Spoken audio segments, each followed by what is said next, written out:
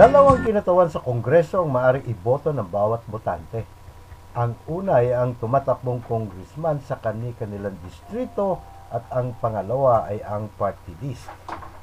Ang party list ay maaaring iboto hindi lamang ng mga botante sa loob ng bansa, kundi maging ng mga absentee voters sa ibaing dagat. Sa listahan ng mga party list sa balota, pang-anim ang AMS o Alyansa ng Media at Showbiz. Number 6, AMS Party List. Ang AMS ay hindi lang para sa media at showbiz. Opo, nakaukit na sa kasaysayan ng ating bansa ang pagiging pambansang takbuhan ng mamamayan ng media.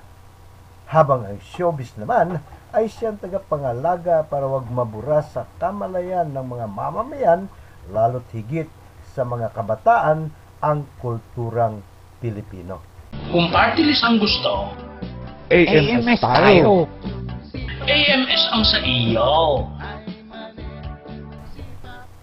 Tama po, dahil ang number 6 AMS Party List ay walang kaduda-duda na isang